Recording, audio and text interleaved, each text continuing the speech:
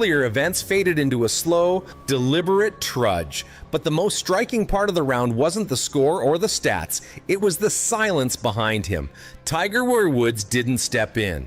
He didn't offer visible advice. He didn't crouch beside greens or whisper encouragement like he had in previous junior events. He walked quietly, arms folded, expression unchanged. Reporters from multiple golf outlets noted the tension. There were no fist bumps, no pep talks, just a father watching his son struggle through one of the hardest rounds of his young life. Several times, Charlie glanced back toward Tiger, not in panic, but in uncertainty, as if searching for reassurance.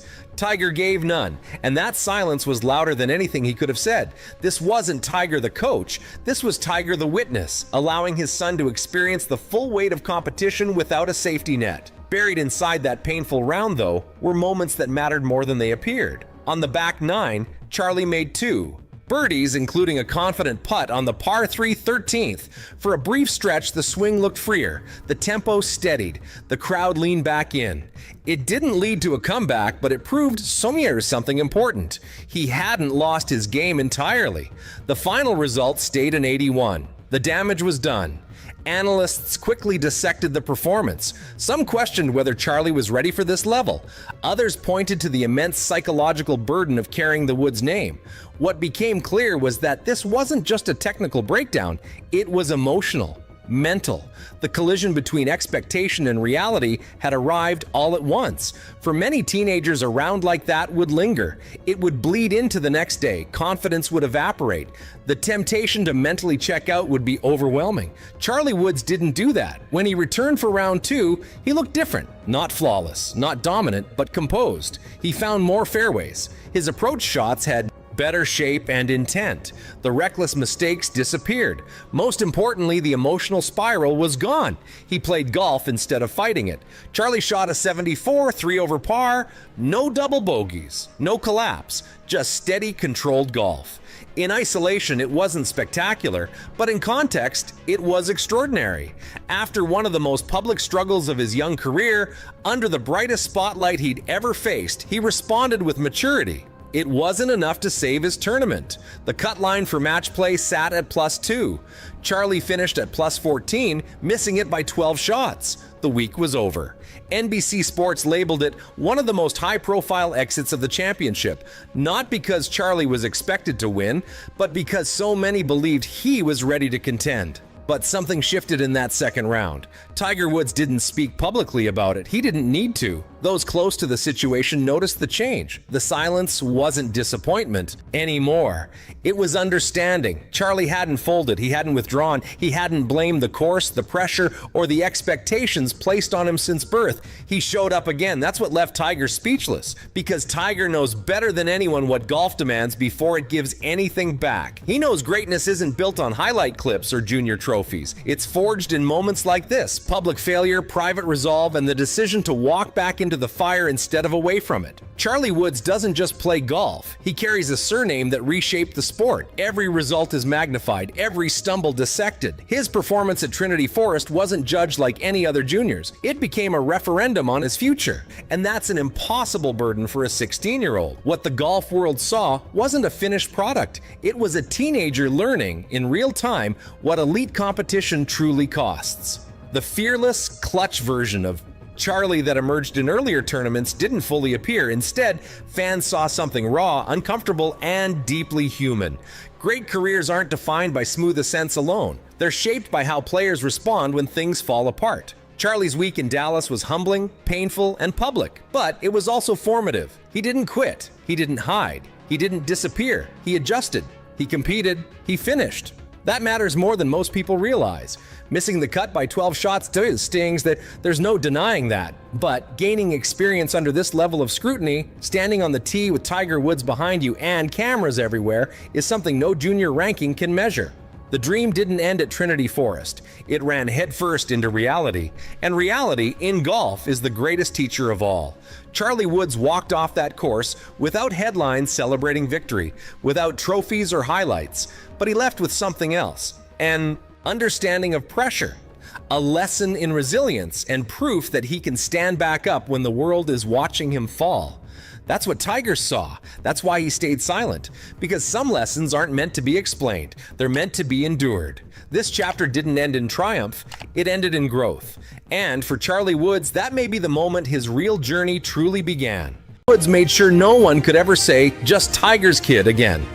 Coming into the tournament ranked 604th, Charlie wasn't even listed on the radar of most junior golf analysts. He wasn't the favorite, he wasn't the headline, he was just another name on the tee sheet. 3 days later, his name was the only one anyone was still talking about, because what he did in that tournament didn't whisper potential, it screamed proof. The numbers alone were staggering, a 15 under par total, including a closing round 66 that featured 8 birdies.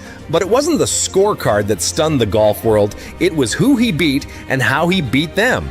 The field included 4 of the top 5 junior golfers in the country, including Miles Russell, the undisputed number 1.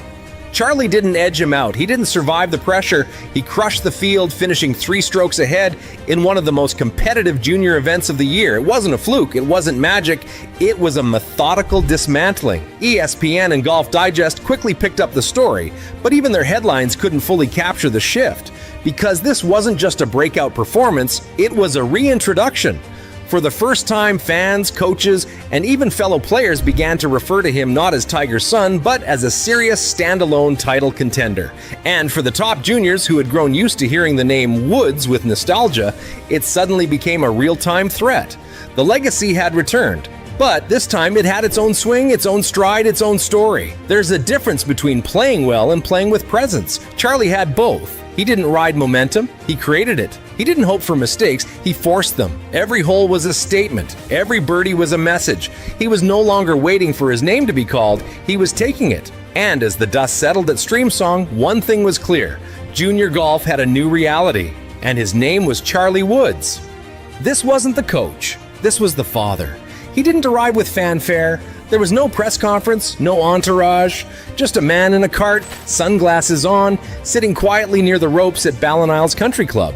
But make no mistake, when Tiger Woods showed up to the Florida Amateur Championship, the energy shifted. Fans whispered, cameras crept closer. But Tiger wasn't there for the spotlight. He was there for something more personal, for something even more powerful. He was there to watch his son stand alone, and he couldn't look away. Observers noted something unusual about Tiger's body language that weekend. He wasn't analyzing swings or making calls from a practice green. He wasn't scribbling notes or offering advice. He sat still, leaned forward slightly, elbows on his knees. Every shot Charlie took, Tiger followed, not with a coach's critical eye, but with a father's quiet reverence. Because what he was seeing wasn't technical, it was transformational. According to Golf Monthly, Tiger's appearance was completely unexpected. He hadn't been seen publicly in weeks, still recovering from a torn Achilles that had kept him off the course. And yet, here he was, not limping down fairways, but showing up when it mattered most. His presence wasn't promotional, it was paternal. As Sportskeeda put it, Tiger watched with pride, awe, and emotion. And when the cameras caught that rare smile, you didn't see a champion. You saw a dad. Those who were close enough swore they saw him wipe his eyes. Maybe it was sweat, maybe it was sun, or maybe it was something else. When asked by a reporter after the round what he thought of Charlie's performance, Tiger kept it simple. Proud doesn't even begin to cover it. There were no long quotes, no public speeches. He let the moment speak for itself, and maybe that silence said more than any press statement ever could. This wasn't Tiger Woods scouting future greatness. This was Tiger Woods watching his own legacy unfold from the outside in. No swing thoughts, no media spin, just a front row seat to a performance that proved his son no longer needed to borrow his spotlight. Because that day, Tiger didn't cast the shadow. He stood in it, chase, and smiled. It wasn't just a golf shot, it was a generational exhale. It came late in the round, not with fireworks, not with drama, but with something quieter, something final. Charlie Woods stood over a slippery birdie putt on the 18th green. The Florida sun was falling low, casting long shadows over Ballin Isles. The gallery leaned in. Charlie didn't blink. He read the line, took one smooth stroke, and dropped the putt center cup. No fist pump, no roar, just a walk to the hole, a nod to the crowd, and a tap to the brim of his cap. But somewhere outside the ropes, something else was happening, because the person holding back the most emotion wasn't Charlie, it was Tiger. In that instant, a cameraman caught the shot that would go viral within hours. Tiger Woods, seated near the green, biting the inside of his cheek, visibly misty-eyed, his sunglasses were off, his head slightly tilted. This wasn't a man reacting to a score. It was a father watching a door open, one he'd once kicked down himself. You could feel it. This wasn't just pride, it was release, relief, maybe even redemption. Tiger's entire life has been built on control. Control of swing, of body, of media, of image, but in that moment there was no control. There was only emotion. As the gallery clapped and Charlie walked off the green, Tiger stood, just for a moment. One slow clap, one nod, a single tear rolled down his cheek, and he didn't wipe it. He let it fall, because that tear didn't come from watching his son succeed, it came from watching him become. It's impossible not to compare. Tiger Sir Woods at 16 was already being called the future of golf. Charlie's path has been quieter, more subtle, more scrutinized, but there, in that moment, under the same sky where Tiger once learned to win, Charlie showed something even rarer than talent. He showed poise born not from pressure, but from purpose. And Tiger knew exactly what that meant. He wasn't watching a kid copy his swing anymore. He was watching an echo turn into a voice, watching a last name become a legacy in its own right. And for a man who has lived more history than most can imagine, this moment, this single simple putt, may have meant more than all the majors combined. Because this time, Tiger didn't write the story. He just turned the page. This wasn't about going viral. This was about going pro. Someday soon. What Charlie Woods achieved at Streamsong wasn't a moment for Instagram. It wasn't a swing clip destined to make the rounds on sports pages or go viral with side-by-side comparisons to his dad. This wasn't about likes or legacy. It was something far less flashy and far more meaningful. This was about earning respect, quietly, clinically, authentically. And in the world of golf, that kind of respect is rarer than raw talent. When Charlie walked off the course with a 3-stroke lead and a 15-under total, there was no over-the-top celebration, no club twirl, no need. The job was done. And unlike the early days when he'd finish T25 or outside the spotlight and still make headlines just for showing up, this time the attention didn't precede him. It followed him, not because he was Tiger's son, but because he was that good. He didn't inherit this win, he earned every blade of it. Let's rewind for a second. Before Streamsong, Charlie had played in 5 AJGA events. His best result, a modest tie for 25th. Critics whispered, fans second-guessed. The pressure wasn't fair, but it was real. Is he just a name, they asked? Does he actually have it?